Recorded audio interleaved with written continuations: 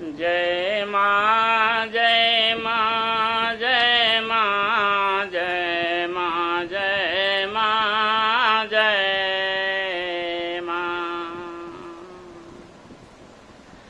महावीर बिन हनुमाना, राम जासु जस आप बखाना। महावीर बिन हनुमाना, राम जासु जस आप बखाना। हनुमान जी का भगवान अपनी मुखवाणी से स्वयं वर्णन करते हैं उनके यश का। महावीर बिन हनुमाना, राम जासु जस आप बखाना। तो भगवान स्वयं वर्णन कैसे करते हैं? क्योंकि हनुमान जी हर समय निरंतर प्रभु का ही गुणगान करते रहते हैं। अच्छा, जब गुणगान करेंगे तो यानी जैसे एनर्जी लेते हो, जैसे ताकत लेते हो, तो बार बार खाना खाते हो, ताकत लेते हो, ऐसे ही हनुमान जी क्या करते हैं कि निरंतर प्रभु का जो भजन करते हैं तो उससे वो अनंत एनर्जी प्राप्त होती है उनको। जैसे यदि हम सुख लेना चाहें तो हम सुख लेने के लिए नाना प्रकार के साधन करते रहते हैं कि अब ये प्राप्त हो जाए, अब ये प्राप्त हो जाए, तो सुख प्राप्त करते हैं, लेकिन वो सुख ज्यादा दिन टिकता नहीं है। तो जब सुख टिकेगा नहीं तो फिर वो आनंद चला जाएगा, सुख नहीं प्राप्त होगा। जब फिर प्रयास करेंगे, फिर साधन करेंगे, तो फिर जो है प्राप्त होगा और ज्यादा दिन टिका नहीं, फिर चला गया। अब अच्छा ऐसे समझें, जैसे जो पावर आपको एनर्जी जो मिलती है, जैसे सांस का आवागमन जो है, ये थोड़े दिन साधन बना लो मिले और उसके बाद फिर खत्म हो जाए, तो ये तो जो ही खत्म होगा तो हृदय तो रुक जाएगा, तो इसका तो काम खत्म हो जाएगा शरीर का। तो ऐसे सुख है, सुख मिलता है फिर खत्म हो जाता है, दुख आ जाता, फिर सुख मिला फिर दुख आया, साधन बनाया अगर। लेकिन जो प्रभु ने आपको पावर दी है आवागमन की, वो पावर जो सांस आ रही जा रही, आ रही जा रही, आ रही बराबर, जिससे आपकी धौंकनी हर समय हृदय चलता रहता है। तो जब वो निरंतर चलता है तो प्रभु का भजन भी आप निरंतर करें तो आनंद मिले। और आनंद पाना चाहते हो तो हनुमान जी के पास चलो। हनुमान जी हर समय जो है भजन करते हैं प्रभु का। भजन क्यों करते हैं? कि वो कहते हैं कि हम भाई आवागमन ऐसा बनाए रखें हर समय जिससे ये एनर्जी पावर हमारा खत्म ना हो। जैसे मोबाइल चार्ज करते हो उसके बाद वो खत्म हो जाता, फिर चार्ज करते हो फिर खत्म हो जाता, फिर चार्ज करते हो फिर खत्म हो जाता। ऐसे ये चार्ज करते करके अगर ऑक्सीजन लो और खत्म हो जाए तो शरीर तो खत्म।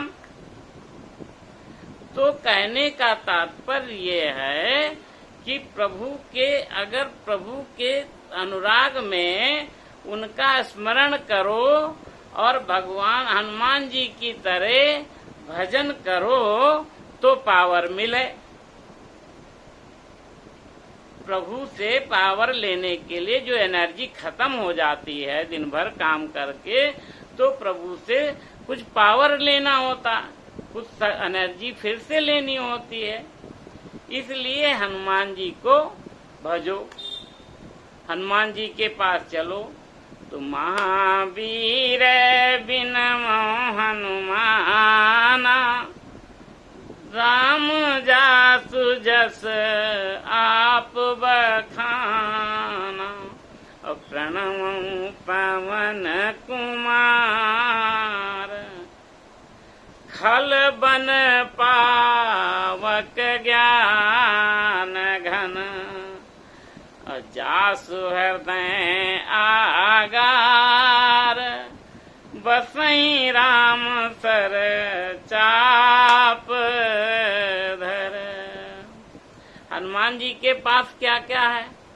हनुमान जी के पास एक तो पवन है, यानी जो सांस आती जाती है उसमें पवन भी है, और उसमें जो है ज्ञान अग्नि भी है,